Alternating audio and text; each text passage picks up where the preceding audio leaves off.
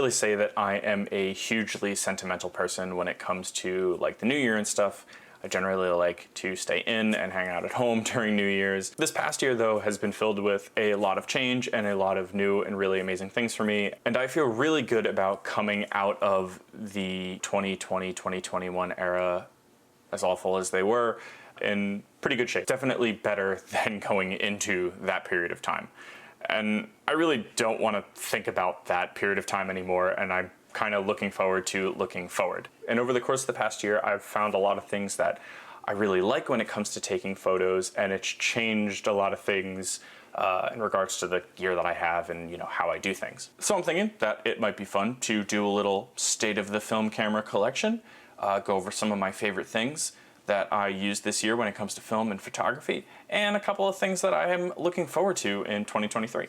So I'm not going to be talking about any digital stuff. I just made a video about that Canon little point and shoot camera that I had, and I made another video about my XE4 that's either already come out or is going to come out really soon. But we're going to stick to film, and we're going to get right into it, and I'm going to talk about my film camera collection and have gotten to where I'm at when it comes to film, why I'm using the stuff that I'm using, and just kind of move through it quickly. So let's start with medium format. Medium format is something that I have honestly kind of neglected over the past year. I'm finding that I am just reaching for small compact kits way more often, and I'm shooting medium format sparingly. I think that's totally fine. Medium format has its place in my workflow. It's just not the thing that I'm shooting all the time. So first up is the Workhorse. The ETRS Veronica.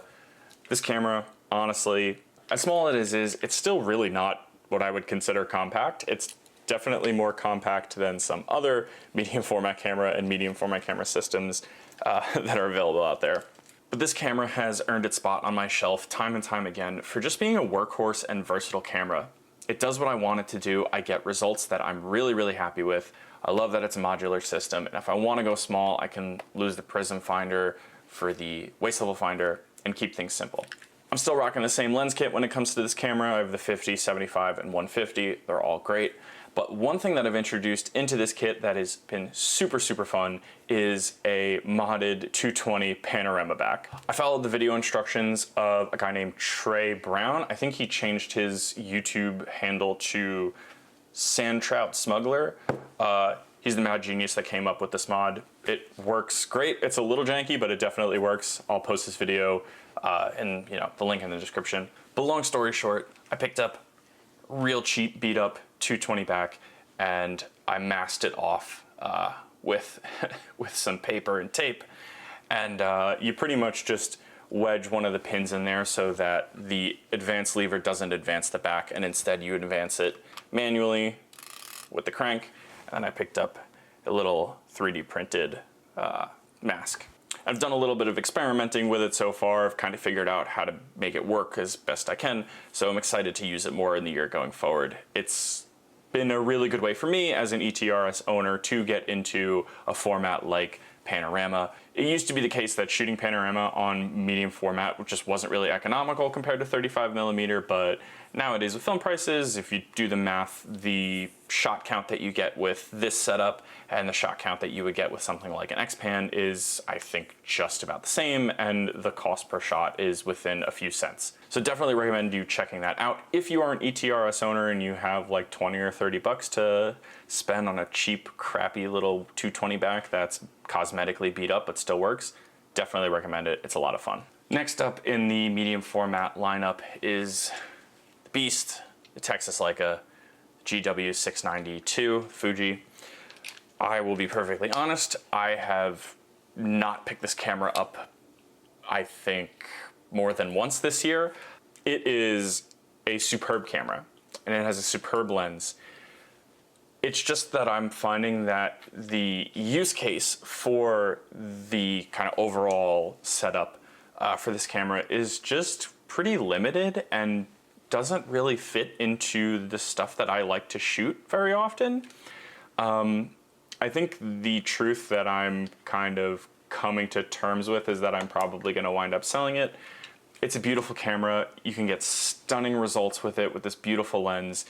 I'm just not sure if it really fits into my workflow like I originally thought it would. I definitely stand by all the stuff that I said about it in my video that I made about the camera. It's fantastic if you want a giant negative and know what this lens can do. I definitely wouldn't shy away from this camera, but I don't know. Just turns out that I don't think it's really working for my uses. And last up in my medium format cameras is actually a brand new acquisition. It's a Rolleicord 4. This is, I believe, like a mid to late 50s model. I picked it up on eBay not too long ago because every winter I go through the same thing.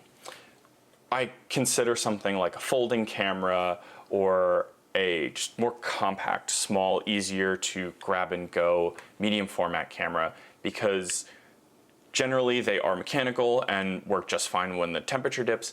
And because the shot count is lower, I'm getting out a lot less. So I don't really want to have rolls of 36 shots in a camera and just kind of sitting there over the course of a couple months.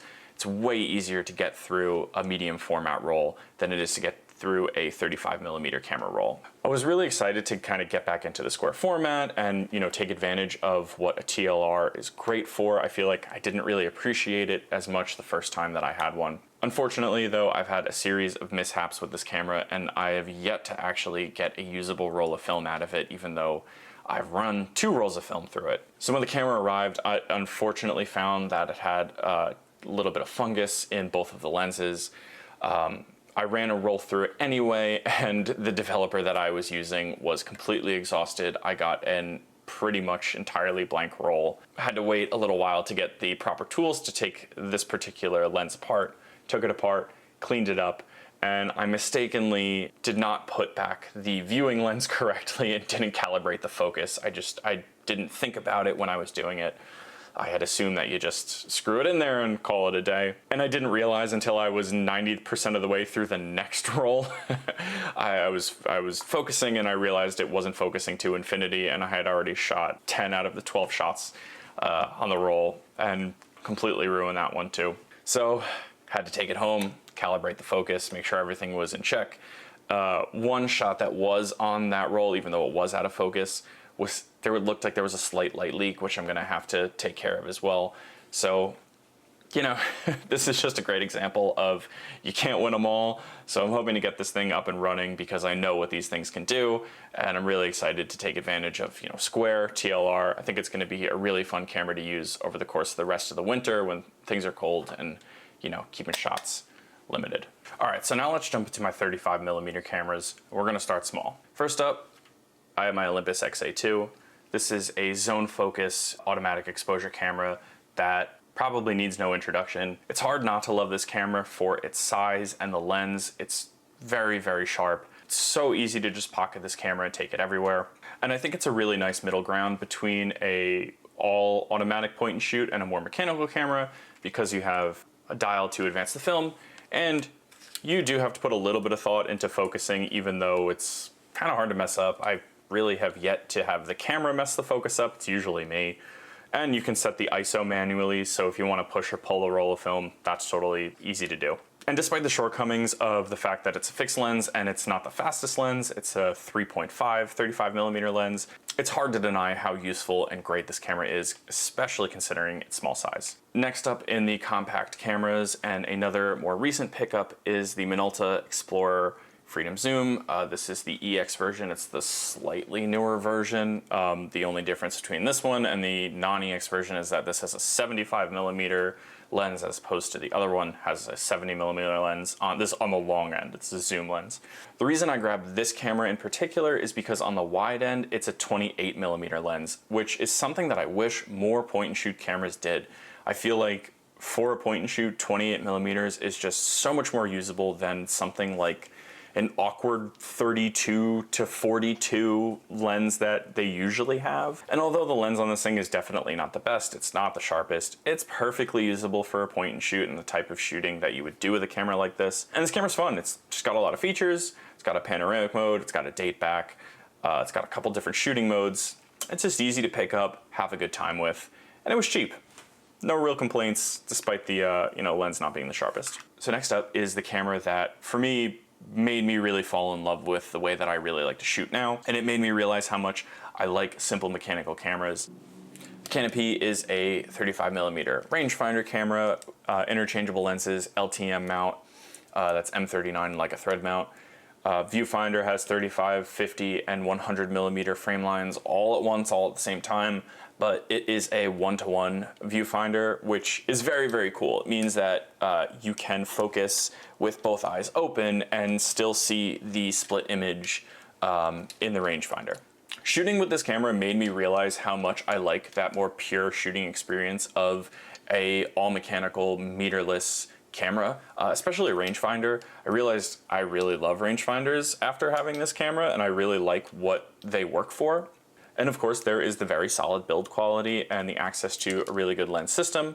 I have to say that I'm not the biggest fan of LTM just because the options are relatively limited, and a lot of the really good options are getting very old now, and it's hard to find really good copies of some of these really good lenses for reasonable prices, or copies that don't have problems like haze and fungus.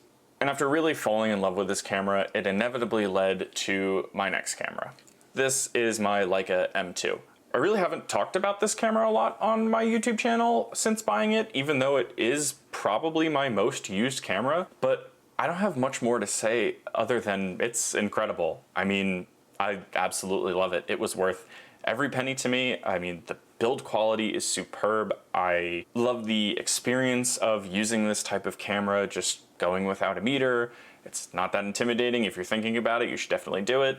Shooting a rangefinder, I mean, the viewfinder on this thing is fantastic. Rangefinder is fantastic. Just feels very reassuring to use, and it's a camera that I want to pick up and I just genuinely enjoy using. It's truly a beautiful machine, and I can honestly say, after having used many, many cameras, there really is not much else like it. As you pick one up and you just feel that. And last but definitely not least for my 35mm cameras is my Nikon FM2. So you might be wondering, that's not a Minolta. Didn't you have a bunch of Minolta cameras, Zach? And the answer is yes, I did have a bunch of Minolta cameras, and I will say that I stand by everything I've said about the Minolta cameras. It is a fantastic system. They provide a lot of really amazing cameras at a really great value. But I came to terms with the unfortunate truth that Minolta just didn't make the camera that I really, really wanted. I loved my X-T11, but it kept breaking on me, and that was really, really unfortunate. My SRT camera was in fantastic shape, and it was a beautiful camera, but it was just generally very unrefined as a camera, and it's just very blocky, and I just didn't enjoy using it. I think it just came down to that. The XK, same thing, super feature rich, beautiful camera, but it literally hurt my neck to carry around. My XK and SRT are in the hands of people who are going to use and enjoy those cameras, and I'm super happy about that. And I exited that system realizing that less is more. I had a lot of stuff for Minolta, and I just wasn't using it.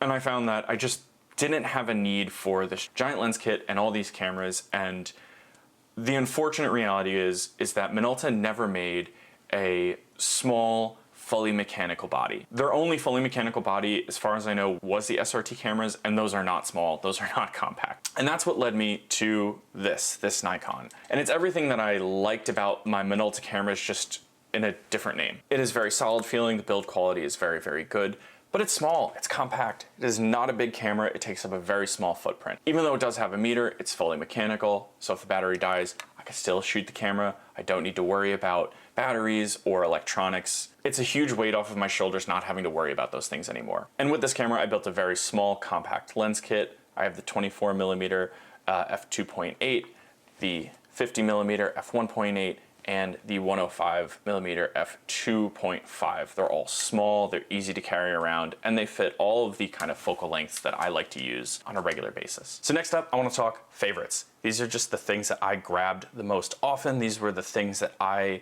was using the most and things that I've just fell in love with and want to share with you. So first up is my favorite film of the year.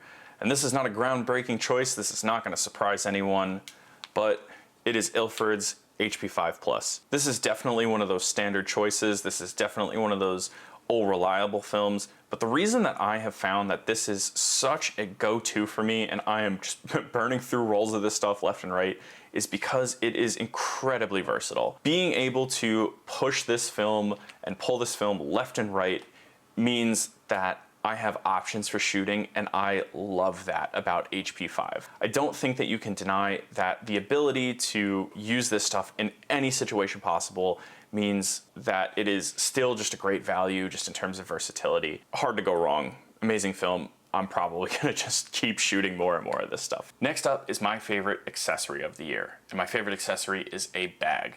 Now, I've tried a good amount of different bags, and I know that there is no such thing as a perfect bag, but I've come very close to finding the bag that I think is almost perfect for the majority of my uses. And it is this. It is a Billingham Hadley Small. This is not the Small Pro, this is just the regular small version.